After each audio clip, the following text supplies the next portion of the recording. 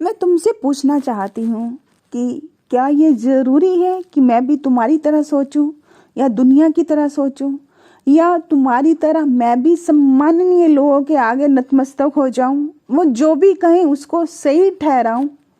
लोग कहते हैं कि लिखना हर किसी के बस का नहीं, तो क्या मैं भी इस बात पे मोहर लगाऊं? क्यों भाई, मेरे पास अपना दिमाग है, मुझे जो सही लगेगा मैं वैसे ही तो करूँगी। अब तुमको एक उदाहरण से समझाती हूँ, या कह लो कि एक कहानी सुनाती हूँ। पहले भूमिका बांधती हूँ। किसी शायर ने लिखी 2 लाइनें। दिल पागल है, रोज नई नादानी करता है, आग में आग मिलाता है फिर पानी करता है। तो लोग इसको कहते हैं ये बहुत बड़ा शायर है, इसने क्या लाइनें लिखी हैं। अच्छा, इसमें ऐसा क्या लिखा है, कोई मुझे बताएगा?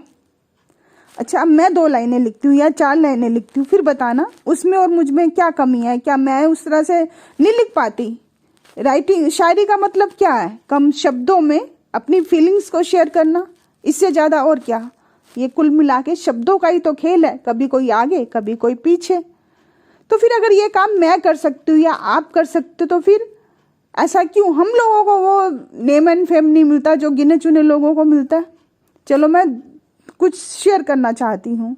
मैंने लिखा, ये दिल और दिमाग आजकल अपनी समझदारी के नमूने दिखाता है। ये दिल और दिमाग आजकल अपनी समझदारी के नमूने नहीं दिखाता है। ये अपने दुश्मनों को हाथ लगाए बिना अच्छा सबक सिखाता है। ये अन्याय के खिलाफ आवाज उठाता है। कोई शराफत से ना समझे तो ये अपनी शराफत भूल जाता है। ये किसी को अपने शोषण का अधिकार नहीं देता। ये हाथ के हाथ हिसाब बराबर कराता है। तो अब क्या जरूरी है, अगर आप अन्याय के आगे घुटने टेक देते हो तो क्या मैं भी उसी रास्ते में जाऊं? बोलो, जवाब दो।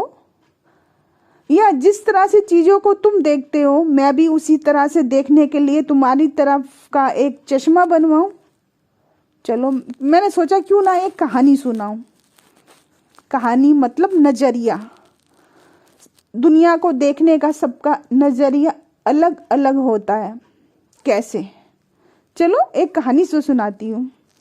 पहले 100 साल पुरानी बात करूँ या आज की बात करूँ? चलो भूतकाल से चलते हैं। उस जमाने से जब आज की तरह इतने सारे स्कूल कॉलेज नहीं थे। चलें? तो चलो चलते हैं। एक जैन आश्रम में 2 भाई विद्या प्राप्त करने के लिए गए थे, जैसे आजकल हॉस्टल होते हैं। तो उनमें से जो एक छोटा भाई था वो एवरेज था, मतलब उसके पास दिमाग इतना नहीं था, शार्प नहीं था। उसकी एक आँख भी नहीं थी। तो ये तो ऑब्वियसली होता है, कोई इंसान के बस का नहीं होता। आज भी मैं देखती हूँ कि अगर किसी को ऐनक लग जाती है तो स्कूल गोइंग बच्चे दूसरे अपने दोस्त को या अपने सहपाठी को चिढ़ाते हैं, जबकि ये सही नहीं है। ये तो गॉड गिफ्टेड होता है ना, लेकिन हमारी परवरिश का वो हिस्सा नहीं है, हमें इस तरह से सिखाया ही नहीं जाता। चलो मैं कहानी सुना रही थी। एक जैन आश्रम में 2 भाई विद्या प्राप्त करने के लिए गए थे, ठीक वैसे ही जैसे आजकल बच्चे हॉस्टल में रहते हैं। तो उसमें से जो एक छोटा भाई था वो एवरेज बुद्धि का था, मतलब उसकी बुद्धि शार्प नहीं थी। उसको जितना पढ़ाया जाए बस वही समझता था, मतलब कागज काला करना जिसे कहते हैं, रटाफिकेशन करके बस अपने ब्रेन का इस्तेमाल करना नहीं चाहता था या नहीं कर पाता था, जो भी कह लो। उसका स्वभाव भी गुस्सैल था, खासकर जब कोई उसको उसकी आँख के बारे में ताना देता या मजाक उड़ाता तो वो तैश खाकर उसको मारने के लिए दौड़ता। ठीक वैसे ही जैसे स्कूल में बच्चे किसी को कह दें बुद्धू तो दूसरा बच्चा तिलमिला जाता। वो ये नहीं सोचता यार मैं इसको अपने आप डिफाइन कर लूँ। डिफाइन कैसे? बुद्धू है ना, B for brilliant, U for ultimate या यूनिक, एच फॉर हॉनेस्ट या हॉनेस्ट, या फिर जो भी तुमको सही लगे। ये तो डिफाइन करने का अपना अपना तरीका है ना। चलो ये तो हो गई बात। तो मैं कह रही थी, कहानी सुना रही थी। तो जब भी उसको चिढ़ाता तो वो तैश खाकर उसको मारने को दौड़ता। एक बार गुरुकुल में जो गुरु थे वो गुरु अपने मतलब गुरुकुल में नहीं थे, मतलब हॉस्टल में नहीं थे। तो इतने में एक जैन भिक्षु आया, उसने उसको वाद विवाद के लिए कहा। मतलब उन दोनों भाइयों को। वो जो दोनों भाई थे वो उसी वक्त कहीं से घूम फिर के अपने हॉस्टल में या गुरुकुल में लौटे थे। उसका जो बड़ा भाई था वो थका हारा था। और वैसे भी जब हम कहीं जाते हैं तो कोई भी कितना भी अमीर हो या गरीब हो तो थक जाता है, ये स्वाभाविक सी बात है। तो जो बड़ा भाई था वो थका हुआ था, तो उसने अपने छोटे भाई को वाद विवाद के लिए उसके पास भेज दिया, उस भिक्षु के पास। कुछ देर में वो जो भिक्षु आया था हाफता हुआ बड़े भाई के पास आया। उसने कहा तुम्हारा भाई तो बहुत विद्वान है। उसके बड़े भाई ने पूछा कैसे? तो उसने कहा कि बुद्ध एक है, इसका संकेत देने के लिए जब मैंने उसको एक उंगली दिखाई तो उसने मुझे दो उंगलियां दिखाकर याद दिलाया कि बुद्ध तो एक है लेकिन उसके बताए तत्व भी तो है, और मैं मान गया। हाँ, एक उंगली से याद आया, आज अमिताभ बच्चन ने भी एक ऐसा ही ट्वीट किया था जिसमें एक उंगली का जिक्र था, तो वो देखना चाहो तो देख लेना। उसका मतलब यही था कि जो दूसरों की तरफ उंगली उठाता है वो किसी काबिल नहीं होता, शायद कुछ ऐसा ही था। मतलब कहने का मतलब मेरा ये कि अगर हम किसी की तरफ एक उंगली उठाते हैं तो चार उंगलियां तो हमारी तरफ भी होती है ना। मतलब ये सम्माननीय लोग कहना चाहते थे। उनके ट्वीट का मतलब ये था कि बाकी तो मूर्ख है, समझदार सिर्फ वही है। अगर कोई उनके ट्वीट में कमी पेशी निकालता है तो वो मूर्ख है। चलो, ये तो होगी बात उंगली पे। तो उसने कहा कि जब मैंने कहा कि बुद्ध एक है तो उसका संकेत देने के लिए उसने मुझे एक उंगली दिखाई, तो उसने मुझे दो उंगलियां दिखाकर याद दिलाया कि बुद्ध तो एक है लेकिन उसके बताए तत्व भी तो हैं, और मैं मान गया। फिर जब मैंने तीन उंगलियां दिखाकर उससे कहा कि इस तरह तो बुद्ध, उसकी दी हुई सीख और संग तीनों को गिनना होगा। जानते हो तब उसने क्या कहा? उसके बड़े भाई ने कहा, क्या कहा? तो उसने आवेश में मुट्ठी भींच कर दिखाई, जिसका मतलब था तीनों एक में ही समाहित हैं, जिसे आत्मबोध कहते हैं। उसका बड़ा भाई बहुत विद्वान है, आपका भाई बहुत विद्वान है, मैं अपनी हार मानता हूँ, ये भिक्षु ने कहा। तो बात खत्म हो गई और वो भिक्षु वहां से चला गया। फिर भिक्षु के जाने के बाद छोटा भाई वहां पे आया अपने बड़े भाई के पास। तो उसने शिकायत करते हुए कहा कि ये जो आया था ना, ये बंदा सही नहीं है, इसने मेरा अपमान किया। उसने कहा कैसे? उसने कहा नहीं, बस ये बंदा बेकार है, मैं इसको छोड़ूंगा नहीं। तो उसके भाई ने पूछा बता तो हुआ क्या? तो उसने कहा कि उसने पहले तो मेरी आँख का मजाक उड़ाने के लिए मुझे एक उंगली दिखाई, फिर जब मैंने मजाक को नज़रअंदाज करते हुए दो उंगलियां दिखाकर उसे यह संकेत दिया कि दो आंखें पाकर वह कितना भाग्यशाली है, तो वह तीन उंगलियां दिखाकर इशारे से यह बताने लगा कि हम दोनों की मिलाकर कुल तीन आंखें होती हैं, मैं उसे छोड़ूंगा नहीं। तो ये उस छोटे भाई ने कहा, यानी ये हमारा नज़रिया होता है, हम चीज़ों को किस तरह से देखते हैं। चलो अब आज के ज़माने की भी बात कर लेती हूँ जो आसानी से समझ में आएगी। हम लोग कहते हैं ना कि किसी को लगता है कि भगवान है, किसी को लगता है नहीं है। कुछ लोग सुबह शाम पूजा अर्चना करते हैं और कुछ लोग पूजा अर्चना नहीं भी करते फिर भी सब कुछ पा लेते हैं। कैसे? क्योंकि वो ईमानदार होते हैं, वो हमेशा सच बोलते हैं, उनकी खून पसीने की कमाई होती है। भले वो आडंबर नहीं कर पाते, रूखी रोटी खा लेते हैं, लेकिन उनकी मेहनत की कमाई होती है, इसलिए ईश्वर हमेशा उनकी मदद के लिए तैयार रहते हैं। उन लोगों की तरह नहीं जो पद और प्रतिष्ठा पाकर मरते मरते करोड़ों रुपया हॉस्पिटल में जाया करते हैं। मतलब उनका तो नहीं होता, वो पैसा तो टैक्स पेयर का होता है। फॉर एग्जाम्पल नेता, बहुत सारे नेता है, मैं किसी एक नेता का नाम नहीं लेना चाहूँगी। क्यों? क्योंकि टैक्स पेयर का पैसा होता है ऐश। एक बार नेता बन जाओ, उसके बाद ताउम्र के लिए ऐश, ना आपको इनकम टैक्स देना ना आपको कुछ करना। तो ये तो भेदभाव हुआ ना। जो वोट देता है उसकी तो कोई कीमत नहीं, और जो वोट लेता है वो बादशाह बन जाता है। वो कुछ भी कहे, सही गलत सही हो जाता है। एक आम आदमी पे अगर कोई मुकदमा दर्ज हो जाए ना तो वो जज नहीं बन सकता, लेकिन अगर जिस आदमी पे मुकदमा दर्ज हो जाए तो वो आपके देश का राजा बन सकता है, यानी सर्वोच्च पद पे जा सकता है। ये कानून है। चलो, मैं कहानी सुना रही थी आज के ज़माने की। शायद समझ में आ जाए। वो सिर्फ ये बताने के लिए कि नज़रिया। एक अमीर आदमी था, उसके बहुत सारे दोस्त थे।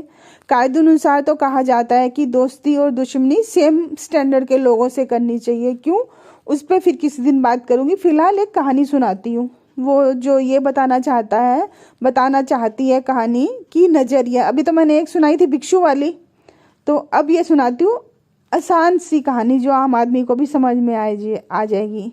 एक अमीर आदमी था, उसके बहुत सारे दोस्त थे, अमीर गरीब सब तरह के। तो उसमें से उस अमीर आदमी का एक विश्वास पात्र था, लेकिन ओबियसली वो गरीब था। तो एक दिन उस अमीर आदमी ने अपने घर पे अपने सारे दोस्तों को न्योता दिया खाने का। तो सारे दोस्त उसके घर पे आ गए। तो जब अमीर आदमी होता है तो सबको शौक तो होता ही है ना। जैसे हमारे बॉलीवुड में भी एक सिंगर था ना मुझे याद नहीं आ रहा, खूब सारा, जो गले में सोना पहने रहता है, क्या नाम मुझे याद नहीं आ रहा। हाँ, वैसे ही उस मतलब जिसके पास भी पैसा होता है वो अपना अमीरियत तो दिखाता ही है सोना चांदी पहन के। तो ऑब्वियसली उस अमीर आदमी ने भी सोना चांदी हीरे मोती सब पहन रखे थे। तो उसके हाथ में एक हीरे की अंगूठी भी थी जो हल्की सी लूज थी। तो जब वो लूज होती है तो ऑब्वियसली वो कभी भी गिर सकती है, चांस रहता है गिरेगी, ये जरूरी नहीं है लेकिन गिर सकती है। चलो, मैं कहानी सुनाई थी। तो अपने घर में सब दोस्तों को बुलाता खाने पे। तो जब सबको न्योता दे देता है, जब सब लोग खा पी रहे होते हैं, अचानक से उसको लगता है कि उसकी अंगूठी तो कहीं खो गई है। तो उसको लगता है कि इन्हीं लोगों ने कहीं गिर गई होगी तो उन्होंने उठा ली होगी। तो वो ऐसी जिक्र करता है वहाँ मौजूद लोगों को। तो एक बंदा कहता है उसमें से कि ऐसा कर, तू सबकी ना तलाशी ले ले, तो जिसके पास भी होगी तो मिल जाएगी। सारे उसके जितने भी दोस्त होते हैं वो सब तलाशी देने को तैयार हो जाते हैं, लेकिन एक जो गरीब आदमी होता है वो तलाशी देने से मना कर देता है। तो सबका शक उस पर जाता है कि उसी ने अंगूठी चुराई होगी।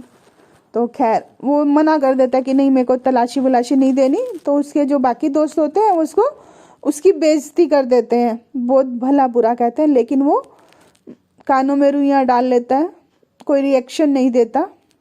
उसकी एक वजह थी, वजह क्या थी वो बाद में बताती हूँ। तो खैर वो जो अमीर आदमी था वो कहता, मार गोली, एक अंगूठी तो है, कौन सा मैंने कंगाल हो जाना या कौन सा उसका घर भर जाना है अंगूठी लेने वाले का। तो कहता अच्छा ठीक है, तुम लोग जाओ, भूल जाओ जो हुआ सो नफ़ा नुकसान, क्योंकि नफ़ा नुकसान तो लाभ हानि है ना, लाभ हानि, जीवन मृत्यु, यश अपयश, ये तो हमारे ग्रहों के नक्षत्रों के आधार पे होता है, इस पे हमारा कोई कंट्रोल थोड़ा होता है। तो उस बंदे को इतनी समझ थी तो उसने कहा ख़त्म करो बात को, भूल जाओ, रात गई बात गई, जो होना था सो हो गया। तो अचानक से वो सब लोग चले जाते हैं। फिर अचानक से रात को उसको याद आता है कि मेरा कोट में कुछ रह गया। तो वो कोट की जेब में हाथ डालता है।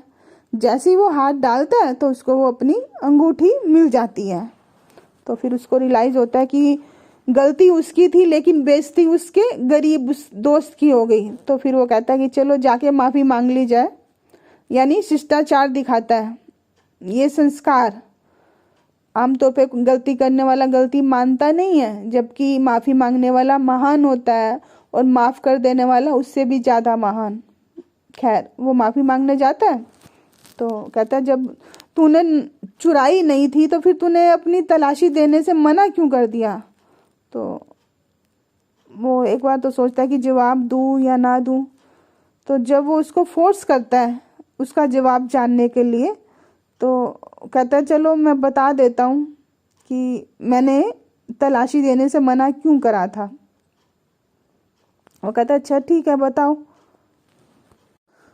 वो अमीर आदमी वो जिस अपने गरीब दोस्त के घर में गया होता है तो वो कहता है कि उसको इशारे से बताता है कि सामने उस पलंग पे या उस बेड पे उसका बीमार बेटा है। तो जब वो उसके यहाँ आ रहा था, मतलब अमीर दोस्त के यहाँ जा रहा था, तो उसके बेटे ने इच्छा जाहिर की थी, उसकी मिठाई खाने की इच्छा है। तो जब वो उसके यहाँ पार्टी में गया था तो उसने खुद ना खा के मिठाई अपनी जेब में रख ली थी, यानी अपने बेटे के लिए। तो उसने कहा अगर मैं उस वक्त तुमको अपनी तलाशी दे देता, भले अंगूठी ना भी मिलती तो, लेकिन मैं मिठाई चोरी के इल्जाम में जरूर पकड़ा जाता। चोरी तो चोरी होती है ना, जबकि खाने पीने की चोरी चोरी नहीं कहलाती। ऐसा संस्कारवान, जिनके पास संस्कार होते हैं वो लोग कहते हैं कि खाने पीने की चोरी चोरी नहीं कहलाती, क्योंकि जिंदा रहने के लिए सबको भोजन चाहिए। तो खैर वो कहता है कि इसलिए मैंने तलाशी नहीं दी। तो वो कहता है कि बेटे को हुआ क्या? वो कहता है बेटा बीमार था, तो मैं अगर बता देता तो मेरे साथ साथ उसका नाम भी बीच में आ जाता, तो मतलब उसको भी परेशानी होती, बेवजह उस पर बदनामी का दाग लगता, तो इसलिए मैंने बताया नहीं। तो फिर वो कहता है कोई बात नहीं, जो हुआ भूल जाओ, और वो अपने उस दोस्त के बेटे की मदद करता है। ये तो थी कहानी कि मतलब जो माता पिता होते हैं ना, या माता पिता तो छोड़ो, सिर्फ पिता ही होते हैं। माता तो सिर्फ बेटे को या अपनी बेटी को या कुल मिला के अपनी औलाद को चाहती है कि दुनिया की बुरी नज़र से बचा के रखना। लेकिन जो पिता होते हैं ना, वो अपनी औलाद को खुद से ज़्यादा कामयाब देखने की चाहत रखते हैं। सिर्फ चाहत नहीं रखते, वो किसी भी हद से गुजर जाते हैं। लेकिन हम लोग क्या उनका कर्ज अदा कर पाते हैं? अगर कर पाते तो फिर इतने सारे ओल्ड एज होम की ज़रूरत क्या पड़ती? हमें ये तो लोग सिखा देते हैं, जो सम्माननीय लोग हैं, कि हाँ पैसा खर्च करके मुशायरा सुनने जाओ या फिल्में देखने जाओ। कोई ये नहीं कहता कि जो बेटा जो तुमने पैसा हमारी फिल्में देखने में खर्च करना है या मुशायरा सुनने में खर्च करना है, वो अपनी लाइफ को सेटल करने में लगाओ ना। अच्छा पहनो, अच्छा खाओ, अपने फैमिली पे खर्च करो पैसा ना, अपना ही सुख सबको चाहिए। तो इसलिए वो मेरे से इज्जत नहीं पाते। और इस तरह से मैं कहती हूँ कि हाँ, देश के प्रधानमंत्री ने या दुनिया के बादशाहों ने सही फैसले नहीं लिए तो देश दुनिया को मिर्ची लग जाती है। अरे मिर्ची क्यों लगती है? मिर्ची नहीं लगनी चाहिए। क्यों नहीं लगनी चाहिए? अब तुम पूछोगे क्यों नहीं लगनी चाहिए, तो वो इसलिए नहीं लगनी चाहिए कि अगर वो देश के राजा है, यानी देश के सर्वोच्च पद पे बैठा हुआ प्रधानमंत्री है, अगर वो देश का मुखिया है, तो बाकी उसकी प्रजा नहीं है? तो प्रजा का सुख दुख देखना उसका फर्ज नहीं है? एक छोटे से घर परिवार में भी एक माता पिता अपनी औलाद की खुशी के लिए किसी भी हद से गुजर सकते हैं, तो क्या बाकी प्रजा के लिए उनका सोचना फर्ज नहीं बनता? जनता तो टैक्स देती है, वो नहीं देते, हद है। फिल्म इंडस्ट्री के लोग जिनके पास पैसों की कोई कमी नहीं, वो सांसद बन के आ जाते हैं। काम धाम करना नहीं, मुफ्त की तनख्वाह पाते हैं। कुछ कह दो तो फिर बुरा मान जाते हैं। क्यों भाई? गलती तो हम भी करते हैं ना। हम क्यों ऐसे लोगों को अपना नेता चुन के लाते हैं? नजरिया, मैं फिर कहूंगी नजरिया, क्योंकि हम कुछ सोचना ही नहीं चाहते हैं। हमको लगता है कि नहीं, बस जो कह दिया वो सही है। अगर तुमको कुछ करना है तो तुम देश के सबसे ऊंचे पद पे आओ, तभी लोग सुनेंगे। अरे क्यों सुनेंगे? ये नेम एंड फेम मैंने अभी बात की थी ना, ये इंसान के बस में नहीं होती। हम लोग सिर्फ कर्म कर सकते हैं। कोई समझे या ना समझे, कम से कम हम तो वो सब ना करें ना।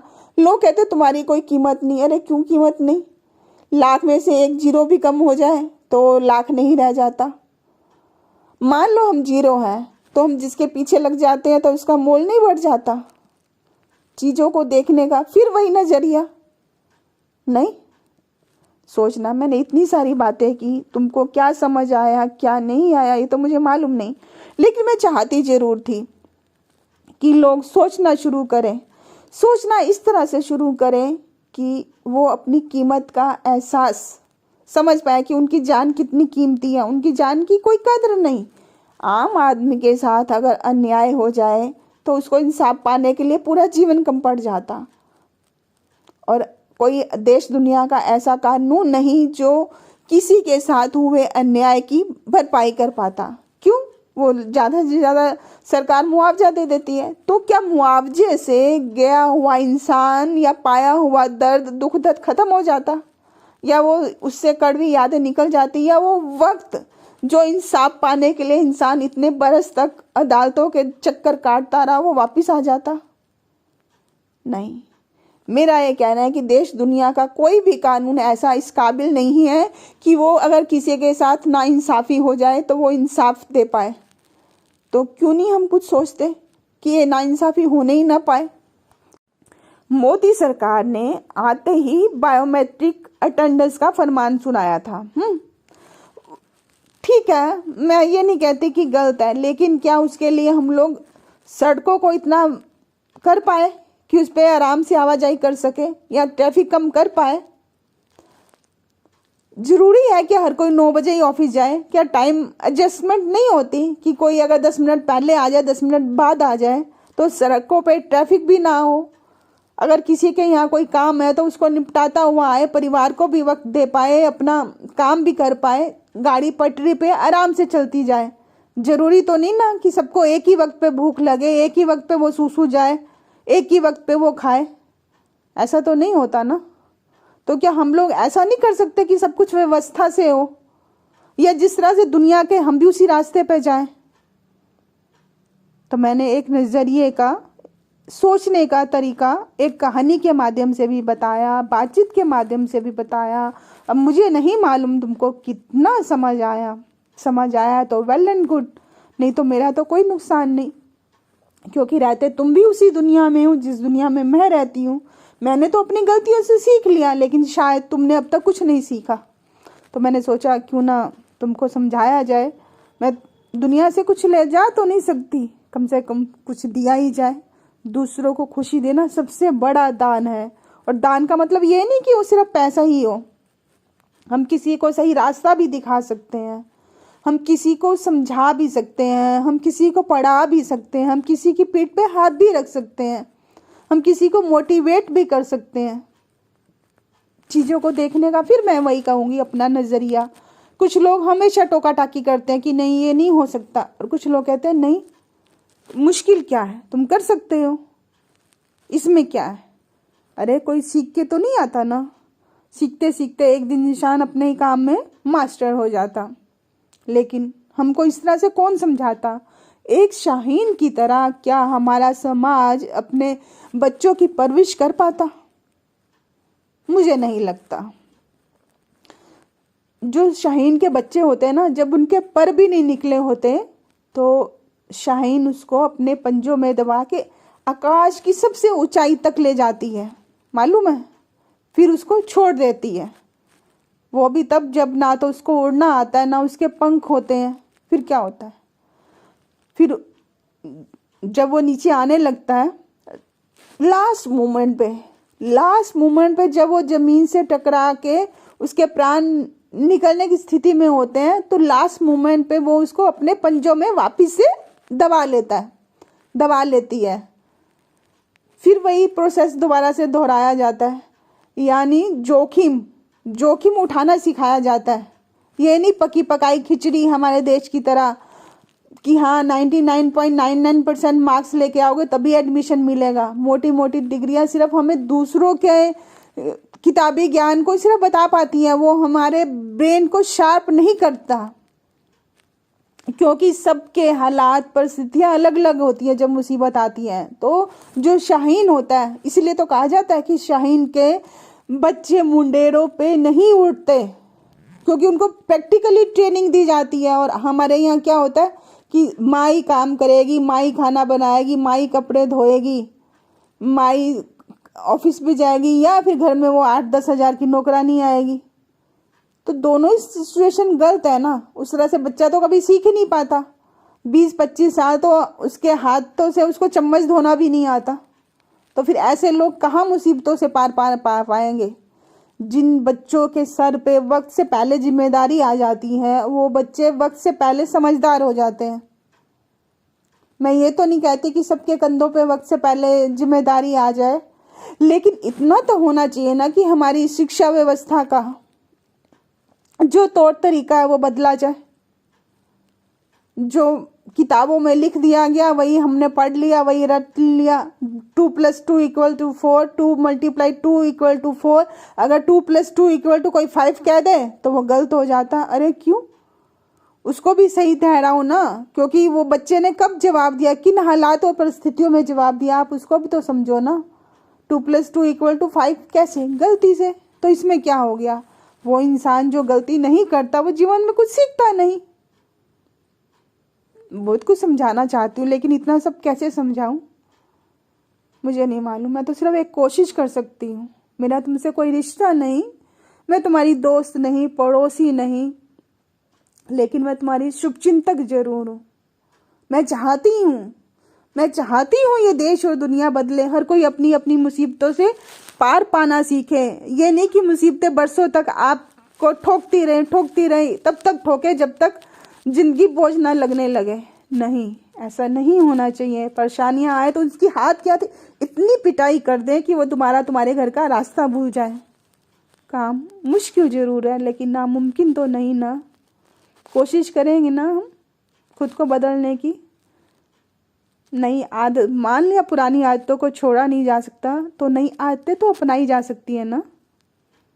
जैसे मैंने कभी लिखना नहीं सोचा था, राइटिंग मेरा प्रोफेशन नहीं, अध्यापन मेरा प्रोफेशन नहीं, लेकिन तुम्हारी खातिर मैंने ये सब जोखिम भी उठाया।